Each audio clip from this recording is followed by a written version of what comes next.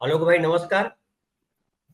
एक सवाल में आपका स्वागत है। आपसे एक सवाल जानना है कि अडानी जी को लेकर के इतने सारे मामले चल रहे हैं, विदेशों में इसके अखबार, विदेशों में बदनामी, राहुल गांधी लगातार बात उठा रहे हैं। आखिर अडानी की जांच क्यों नहीं करवा रहे हैं मोदी? धनंजय जी, ये सवाल बहुत पेचीदा सवाल है। और लोकतंत्र के हिसाब से मेरे को लगता है कि सवाल का जवाब होना चाहिए, क्योंकि कोई भी कॉर्पोरेट देश के कानूनों से ऊपर नहीं होता। अगर हम ये मानते हैं कि अंतर्राष्ट्रीय स्तर पर साजिश हो रही है और ब्रांड मोदी को कमजोर करने की कोशिश हो रही है, उनकी छवि को नुकसान पहुंचाया जा रहा है, तो इसका एक ही उपाय है। ये कहने से काम नहीं चलने वाला कि भाई ये तो साजिश है। अगर साजिश है तो उसके सूत्रों का खुलासा किया जाना चाहिए। और दूसरी बात, जो आरोप लगाए गए हैं, आरोप को सिरे से नकारने की बजाय ये होना चाहिए कि उन आरोप में सच्चाई है या नहीं।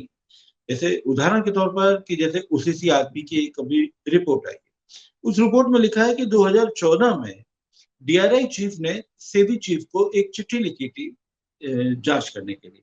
मैं ये नहीं कहता कि उस चिट्ठी में बड़े कितने क्या सबूत थे या नहीं थे, लेकिन जनता को ये तो जानने का हक है कि अगर जांच नहीं की तो क्यों नहीं की, और जांच की तो उसका क्या नतीजा निकला।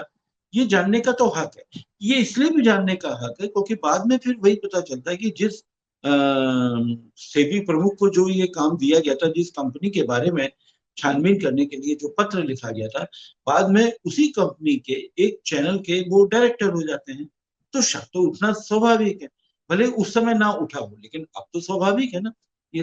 तो इस तरीके के बारे में और कहा जाता है कि जैसे जूलियस सीजर के बारे में कहा जाता है कि सीजर की पत्नी को भी संदेह से परे होना चाहिए। ये बहुत बड़ी चीज है कि उसको कभी भी शक की सुई की उसकी तरफ मुड़ती हुई नहीं दिखनी चाहिए। ये किसी भी लोकतंत्र की ये बड़ी खूबी है, एक खासियत है। इस खासियत को बरकरार रखने के लिए जांच जरूर की जानी चाहिए।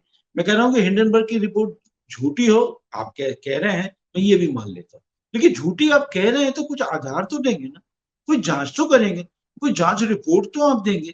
अब ये तो देंगे कि भाई वहां पर वो जो टैक्स हेवन कंट्री है वहां पे कंपनियां बनाई गई, शेल कंपनियां बनाई गई, और उन शेल कंपनियों से यूएई में कंपनी बनी, फिर वहां पैसा आया, फिर वहां से एक कॉर्पोरेट ग्रुप में पैसा पहुंचा। ये ट्रेल दिखाई दे रही है, ये चेन दिखाई दे रही है। तो सवाल है कि इस चेन का खुलासा तो होना चाहिए ना, इसकी तो जांच होनी चाहिए ना। और फिर अब जब अल्टीमेटली बेनिफिशियरी आ रही है, हिंडनबर्ग में अल्टीमेट बेनिफिशियरी की तरफ इशारा था, लेकिन ओसीसीआरपी में तो दो नाम आ गए हैं। आपका आ गया ये नासिर अली सबान अली का नाम आया है, और एक वो दूसरा है वो चैंगो लिंग का भी नाम आया है। तो सवाल है, जब नाम आए हैं तो आपको अब तो छानबीन कर लेनी चाहिए। ये बहुत जरूरी है, क्योंकि मोदी सरकार बहुत बड़े विश्वास के बूते आई है, और इतना बड़ा विश्वास आया है।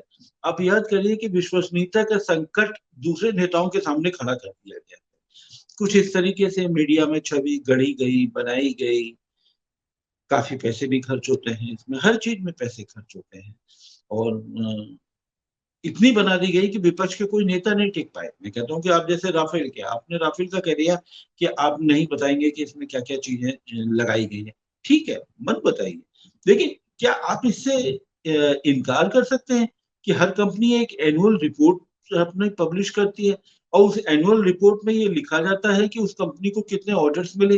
वो अपने ऑर्डर बुक का हवाला देती है, उसमें अपने फायदे का जिक्र करती है, उसमें सारी चीजों का जिक्र करती है। तो अब सवाल है कि आप किससे छुपाना चाहते हैं, एक आम आदमी से ना। आम आदमी को तो ठीक है धनंजय जी, आपको जानकारी नहीं होगी, मुझे नहीं जानकारी होगी, लेकिन जो सेना का संचालन करते हैं दूसरे देशों में, क्या उनके सेनाध्यक्षों को भी नहीं मालूम होगी कि कौन सी कंपनी कितने हथियार किस विमान में या किस नौसेना के जंगी बेड़े में लगाने जा रही है? क्या उनको भी नहीं पता होगा? क्या आप ये मानते हैं कि इजराइल को नहीं पता होगा कि फ्रांस ने कौन से किस सेना में या किस जहाज में कौन से उपकरण लगा रखे हैं, कितने आधुनिकतम उपकरण है? क्या आप ये यकीन कर सकते हैं कि चीन की नौसेना बिल्कुल अंधेरे में होगी? क्या आप ये यकीन कर सकते हैं कि अमेरिका की सेना बिल्कुल अंधेरे में होगी, कि दुनिया में कौन सा विमान या कौन सा जंगी बेड़ा कितने घातक हथियारों से लैस हो रहा है, या कितनी अति उन्नत तकनीक से लैस हो रहा है? आप इससे इनकार तो नहीं कर सकते। अगर आप ये ऐसा मानते हैं तो ये मेरा मानना है कि ये आपकी सोच सही नहीं है। आप जनता से छुपाना चाह रहे हैं, मेरा मानना है जनता को भी बताने की जरूरत नहीं है। आपको लेकिन कीमत को लेकर जो सवाल खड़ा हुआ वो सवाल का जवाब तो देना चाहिए। ये एक परंपरा चली आ रही है। अब जैसे इसी तरीके से जैसे वो मणिपुर वाले मामले में, आप अदानी वाले मामले में कहते हो, मैं मणिपुर वाले मामले में भी कोई छानबीन नहीं हुई, मैं ये कहकर खत्म करूंगा। लेकिन एक चीज मैं आपको और कहना चाहूंगा, अदानी साहब वाले ने जो पिछली बार भी जो बयान दिया था, जो खंडन किया था, वो राष्ट्रवाद का था। उन्होंने भारत पे हमला बताया। ये भारत पे हमला नहीं है, ये है आप, हाँ, भारत की अर्थव्यवस्था पे एक हमला हो सकता है वो, लेकिन अगर हमला किसी दूसरी नियत से किया जाए, कोई दूसरी कंपनी करे। एक कंपनी है हिंडनबर्ग, उसका काम क्या है? Short selling. शॉर्ट सेलिंग के लिए तो कोई भी आदमी तो अपने तथ्य जुटाएगा ना। वो अगर वो दे रहा है तो आपको एक एक सिलसिलेवार देना चाहिए। मैं तो तब से इंतजार कर रहा था जब ये बताया गया था कि उसके ऊपर मानहानि का मुकदमा होगा, लेकिन अब पता ही नहीं ना। अब तो ना तो कोई मुख्य धारा का मीडिया बता रहा है कि वो कौन सा वकील हुआ है, कितने करोड़ का मुकदमा दायर हुआ है, इसकी भी जानकारी नहीं मिल रही है। अगर सब कुछ गलत है तो मुकदमा तो दायर होना चाहिए। ये मानहानि तो हुई है, मैं तो अदानी साहब की बात ही मांग पर ये यकीन करना चाहूंगा, विश्वास करना चाहूंगा। लेकिन फिर मानहानि का मुकदमा क्यों नहीं किया गया? एक ये भी सवाल खड़ा करता है, ये भी शक के घेरे में लाता है। अब सवाल ये है कि किसका क्या रिश्ता, कैसा रिश्ता, इसके बारे में क्या कहें। लेकिन ये है कि अगर संसद में एक कॉर्पोरेट के ऊपर अगर सवाल उठाया गया तो उस कॉर्पोरेट के तो जवाब देना चाहिए। और कॉर्पोरेट जवाबदेही से नहीं बचता, और उसका उसके ऊपर, उसकी कारगुजारियों के ऊपर, उसकी कार्यप्रणाली के ऊपर, या जो भी हिंडनबर्ग ने जैसे अकाउंटिंग फ्रॉड के ऊपर जो आरोप लगाए हैं, तो उसको आप कैसे नकार सकते हैं? उसको आप भारत के अस्मिता के ऊपर उसको आप हमला बताना कतई अनुचित है। इसके बारे में छानबीन के लिए खुद ही तैयार हो जाना चाहिए कि हम पाक साफ हैं, आप ही हमको गलत कह रहे हैं। अगर अदानी समूह खुद सामने आकर कहे, बजाय कि आरोप झूठे को कहे कि हम जांच के लिए तैयार हैं, जांच करिए। इतनी सारी एजेंसियां हैं। हमारी टीएमसी की महुआ मोहतरा ने भी तो ये सवाल उठाया था, ओवर वैल्यूएशन वाला। एक वो भी होता है, मिनिमम परसेंटेज ऑफ शेयर का भी सवाल उठा था अदानी समूह के बारे में। तो इन सब के बारे में शॉयल कंपनियां जो इशारा कर रही हैं वो यही तो कर रही हैं। एक जो कॉर्पोरेट का होता है कि वे 25% जनता के पास में ऑफलोड होना चाहिए, वो नहीं है जनता के पास में। यही तो सवाल खड़ा किया जाए ना। तो इसको, और सेबी को के पास में डिक्लेरेशन भी देनी चाहिए। सेबी को भी सामने आना चाहिए कि भैया ये रिपोर्ट झूठी है, अदानी समूह का इतना ही है जो हमारे पास, जो सेबी ने डिक्लेरेशन दी है, सेबी में जो अदानी समूह ने डिक्लेरेशन दी है उसके मुताबिक उनका 75% ही है, 1% भी ज्यादा नहीं है। तो सेबी को भी आना चाहिए। सेबी भी क्यों नहीं आ रही है, मुझे तो ये नहीं समझ में आ रहा है। क्योंकि इसका सबसे बड़ा खतरा ये है, आज के दौर में मंदी, जो दुनिया में मंदी छा रही है, भारत की कॉर्पोरेट की साख पे सवाल खड़ा होगा। ये सवाल ज्यादा गंभीर है, क्योंकि अगर साख पे सवाल खड़ा होगा, आप ये मान करके चलिए कि विदेशी निवेश भारत में कम आएगा।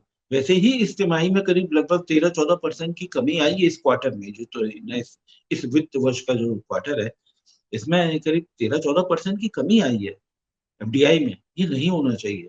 आज देश को एफडीआई की बहुत जरूरत है। और मोदी साहब का जो सपना है ना, 5 ट्रिलियन और 8 ट्रिलियन और पांचवी इकोनॉमी और तीसरी इकोनॉमी, तो उसके लिए जरूरी है एफडीआई। और एफडीआई तो आएगा और निर्माण के क्षेत्र में आए, तभी ये भला होगा। इसलिए कॉर्पोरेट की साख को बचाए रखने के लिए अगर मोदी साहब को भी कदम उठाने जरूरी होता है तो उठाने चाहिए। और जो नियामक संस्थाएं हैं उनकी साख पे भी सवाल खड़ा हो रहा है, उसको भी अपने को बेदाग रखने की जरूरत है। इसलिए जांच तो करवानी ही चाहिए। और अगर संसदीय समिति की अगर जांच की अगर विपक्ष मांग कर रहा है तो इसमें बुराई क्या है? अगर हम सब पाक साफ है तो जांच के लिए बगले झांकने की जरूरत नहीं। जी, आलोक भाई आपका बहुत बहुत धन्यवाद।